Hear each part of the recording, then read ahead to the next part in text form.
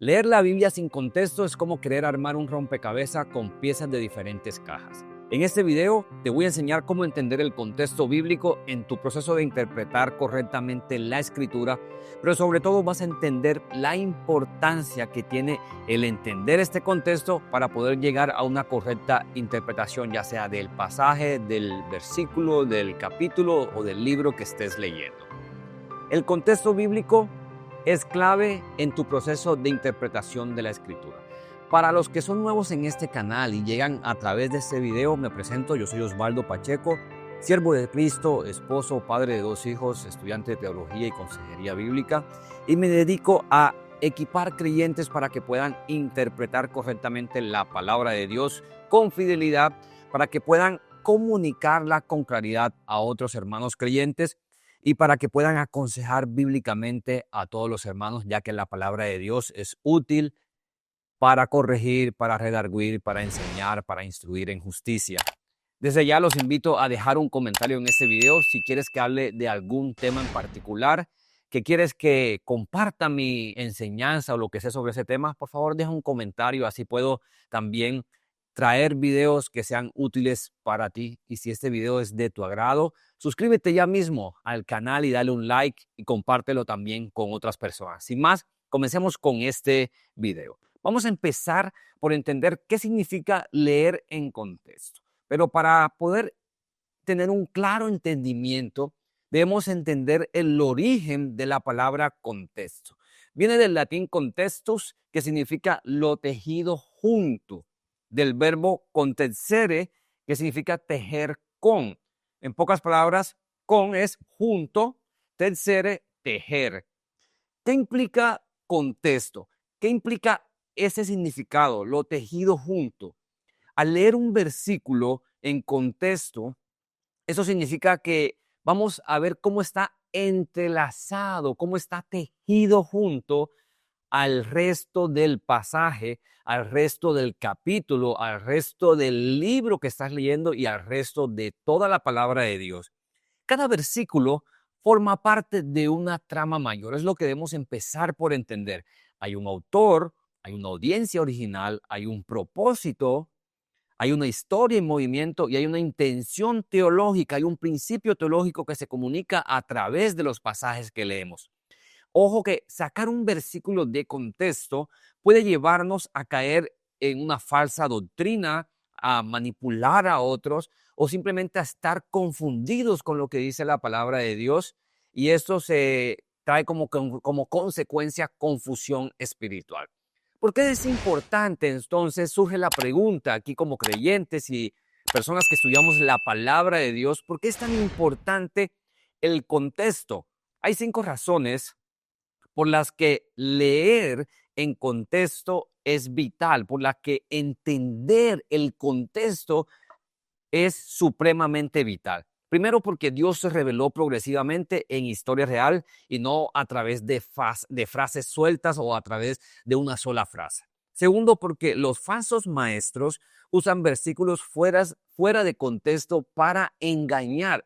Entonces, si tú aprendes a leer en contexto, vas a poder identificar claramente cuando se está sacando de contexto un versículo. Recuerda que un versículo sacado del contexto se convierte en pretexto, porque el contexto, ojo, evita también que leas tus propias ideas en el texto. En pocas palabras, que hagas eisegesis, porque la verdadera doctrina, ojo, nace del texto leído con mucho cuidado. Y número 5, porque cuando entiendes lo que Dios dijo, tu corazón es transformado, es restaurado, es sanado, porque la palabra de Dios es viva y eficaz. Segunda de Timoteo, capítulo 2, versículo 15 nos dice: procura con diligencia presentarte ante Dios aprobado, como obrero que no tiene de qué avergonzarse, que usa bien la palabra de verdad. Entonces, para aprender a leer en contexto o aprender a entender el contexto al cual fue escrito un pasaje, un versículo, un libro, debemos entender que hay 4 contextos que debemos identificar siempre que leamos la palabra de Dios. Este es el contexto histórico, el contexto cultural, el contexto literario y el contexto teológico. Cuando hablamos del contexto literario, vamos a pensar en la pregunta, ¿qué pasaba en el mundo en ese momento? ¿Qué pasaba en la tierra, en la zona donde habitaban las personas que escribieron ese pasaje, ese versículo, ese libro? ¿A qué pueblo se dirigía? ¿Cómo vivían? ¿Qué usos y costumbres tenían? Cuando hablo del contexto cultural, vamos a hablar de qué valores, qué normas, qué costumbres tenían, qué significaban ciertos símbolos para ellos. Cuando hablo o cuando hablamos del contexto literario, vamos a hacer referencia de a qué género es, qué viene antes, qué viene después. Cuando hablamos del contexto teológico, hacemos referencia a cómo encaja este pasaje que yo estoy leyendo en el plan redentor de Dios. Todos estos contextos se combinan para ayudarnos a tener una interpretación fiel de la palabra de Dios. Entonces, aquí hay algunas preguntas que nos debemos hacer sí o sí cuando leamos un pasaje. ¿Quién lo escribió? ¿A quién fue dirigido? ¿Por qué fue escrito? ¿Qué se presentaba o qué se vivía en ese momento? ¿En qué situación se encontraban los oyentes, la audiencia original? ¿Qué palabras clave se repiten? ¿Qué temas se desarrollan antes y después de este versículo? ¿Cómo se conecta este versículo con toda la escritura? Recordemos en Hechos capítulo 17, versículo 11, que habla de la comunidad de Berea. Dice, los de Berea tenían una mentalidad más abierta que los de Tesalónica y escucharon con entusiasmo el mensaje de Pablo.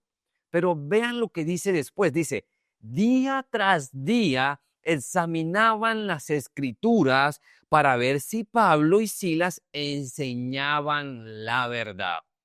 Entonces, la pregunta aquí viene a traernos nuevamente al centro. ¿Cómo identificar estos cuatro contextos de los que les hablé? Contexto histórico, contexto cultural, contexto literario y contexto teológico. Vamos a comenzar por cómo identificar el contexto histórico. Vamos a tratar de ubicar el texto que estamos leyendo en su tiempo real, o sea, en el momento en el que fue escrito, con la audiencia a la que fue dirigida. Aquí hay algunas preguntas clave que tenemos que hacernos. ¿Cuándo se escribió este texto? ¿Cuándo se escribió este libro? ¿Qué estaba pasando en ese momento? ¿Qué imperio gobernaba? ¿Qué eventos afectaban al pueblo? ¿Fue antes del exilio babilónico? ¿Fue durante el exilio? ¿O fue post-exilio? ¿Fue durante el imperio romano? Podemos hacernos muchas preguntas. Algunas herramientas claves, por ejemplo, está la Biblia de estudio, la cual nos puede traer recursos útiles, una introducción, un lenguaje muy claro acerca de lo que pasaba, cuál fue el propósito del texto, quién lo escribió, en qué año. También tenemos algunos libros que nos ayudan. Por ejemplo, yo puedo recomendarles Usos y costumbres de las tierras bíblicas, de Fred White, o de Alfred Edersheim, de Usos y costumbres de los judíos en los tiempos de Cristo. Son libros que también nos ayudan a entender un poco la cultura, cómo se desarrollaba, pero sobre todo la Biblia de estudio, cuando trae una introducción, el propósito, el trasfondo del libro, nos ayuda a entender muy bien esta parte. Y también hay comentarios históricos, o ahí está un comentario histórico cultural del Antiguo y del Nuevo Testamento. Por ejemplo, saber al leer Jeremías 29, que fue escrito durante el exilio babilónico, cambia todo el sentido. O que fue escrito, por ejemplo, algún pasaje o algún versículo, o algún capítulo o algún libro post-exilio babilónico o antes. Eso nos ayuda a entender con más claridad lo que quiere decir el autor. Ahora viene otra pregunta. ¿Cómo podemos identificar el contexto cultural? Para eso debemos tratar de entender cómo vivían y cómo pensaban. Preguntas clave que podemos utilizar para entender el contexto cultural. ¿Qué significaban los símbolos como anillos, pies lavados, los velos? ¿Qué costumbres o normas sociales influían? Herramientas claves para esto, diccionarios, comentarios culturales. Vuelvo y recalco estos libros, por ejemplo, de usos y costumbres en las tierras bíblicas, de usos y costumbres de los judíos en los tiempos de Cristo, van a ser claves para ayudarnos a entender el contexto histórico, el contexto cultural. Vamos con un ejemplo claro. El lavado de pies en Juan 13. No solo es un acto de humildad de nuestro Señor, es un escándalo cultural viniendo de un maestro. Pero la pregunta es, ¿por qué es un escándalo cultural? Porque el maestro, el rabí, era como una de las posiciones más altas. Quienes se encargaban de lavar los pies eran los esclavos. Entonces, humillarse o descender o bajar del estatus que tenía al estatus de esclavo para lavar los pies es una condición, es una muestra de humildad, pero también genera un escándalo entre los demás que estaban al pendiente de lo que hacía él. Eso nos da una clara enseñanza y nos ayuda a entender también por qué Jesús tuvo ese acto en Juan 13. Vamos ahora con la pregunta, ¿cómo identificar el contexto literario? Y aquí vamos a examinar el lugar del texto en la escritura bíblica. Algunas preguntas clave. ¿Qué género es este libro? ¿A qué género pertenece? ¿Es historia? ¿Es profecía? ¿Es poesía? ¿Es un libro sapiensal? ¿Es una carta? ¿Es un evangelio? ¿Qué versículos lo rodean?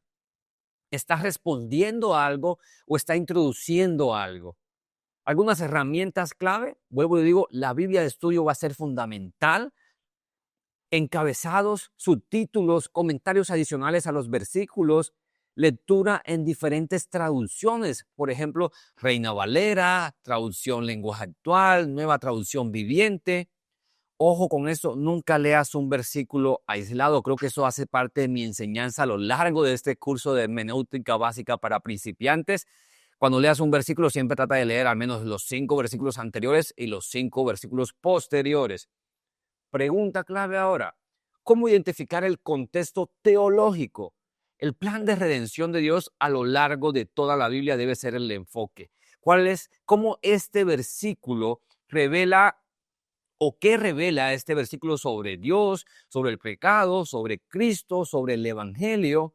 ¿Bajo qué pacto fue escrito? ¿Bajo el antiguo pacto o bajo el nuevo pacto? ¿Cómo este pasaje que estoy leyendo apunta a Cristo?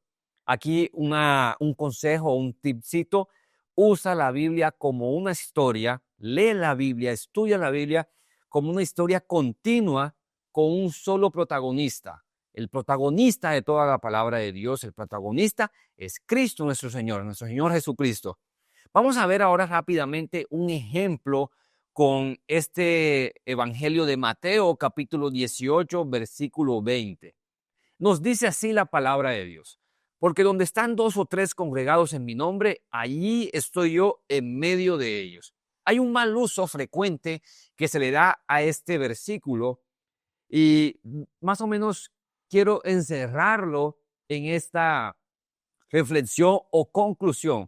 No importa que no haya culto o iglesia hoy, igual nos reunimos 2 o 3 y ya Dios está. No importa que no vayamos a la iglesia, estamos reunidos aquí 2 o 3 y ya Dios está, porque eso lo dice la palabra de Dios. Y eso a veces se usa como una justificación para no ir a la iglesia local, como una confirmación mágica de la presencia de Dios o como un confort personal cuando hay pocas personas reunidas. Pero la pregunta aquí es, ¿qué dice realmente el contexto a la luz de lo que está escrito en la palabra? Y cómo entender el contexto nos ayuda a entender lo que dice la palabra de Dios. Vamos a aplicar el contexto histórico y literario primeramente. Vamos a ver el literario. Mateo 18 trata sobre las relaciones dentro de la comunidad del reino. Jesús da instrucciones claras sobre cómo corregir a un hermano que ha pecado. El versículo 15 dice: si peca, ve tú y repréndelo. Versículo 16 nos habla: si no escucha, lleva a 1 o a 2 testigos. El versículo 17 nos dice: si aún así no escucha, dilo a la iglesia. Y el versículo 18 y 20 dice: Jesús habla del respaldo espiritual y autoridad en ese proceso. Vamos a entender el contexto histórico. En el judaísmo del siglo I, los asuntos de disciplina, de corrección, se trataban en comunidad. Y esto viene inclusive mucho antes. La idea de 2 o 3 testigos viene de Deuteronomio, capítulo 19, versículo 15. Y Jesús lo que está retomando es esa práctica, ese principio legal para aplicarlo al cuerpo de creyentes. Entonces vamos a entender el contexto teológico y cultural.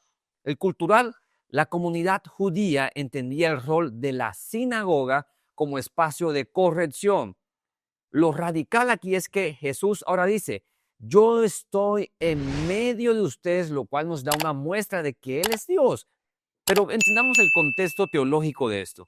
Eso no es una promesa de adoración en pequeño, sino de presencia divina cuando la iglesia ejerce disciplina con rectitud a la comunidad de creyentes. Entonces el versículo enseña realmente que Cristo está con su iglesia cuando ésta actúa conforme a su voluntad para corregir y para restaurar. Una conclusión rápida aquí. Tema central del pasaje, la presencia de Cristo respalda a su iglesia cuando ésta actúa en unidad para restaurar y disciplinar con justicia a la comunidad de creyentes. Este versículo, ojo, no trata de reuniones pequeñas ni de adoración espontánea, sino de la autoridad espiritual en la comunidad de creyentes. ¿Cómo podemos aplicar entonces este versículo? Estudia antes la palabra, versículos anteriores, versículos posteriores, antes de usar ese versículo como una frase bíblica. Honra el significado original y aplica con temor reverente, no por emoción o por conveniencia. ¿Cómo estudiar entonces el contexto de un pasaje? Aquí van unos pasos prácticos.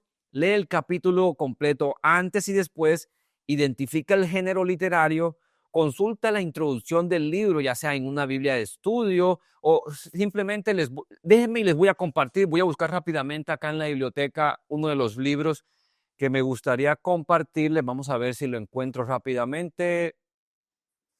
Bueno, tenemos este acá. Esta es una Biblia de estudio. Esta es una Biblia de estudio en la cual tiene una introducción del libro que estoy leyendo, tiene quién lo escribió. Vamos a irnos al libro de Lamentaciones, ¿sí? Entonces yo encuentro aquí en la Biblia de estudio, estoy buscando otro, pero no logro encontrarlo rápidamente. Tengo aquí en la Biblia de estudio Introducción a Lamentaciones, el bosquejo. El autor nos dice Jeremías.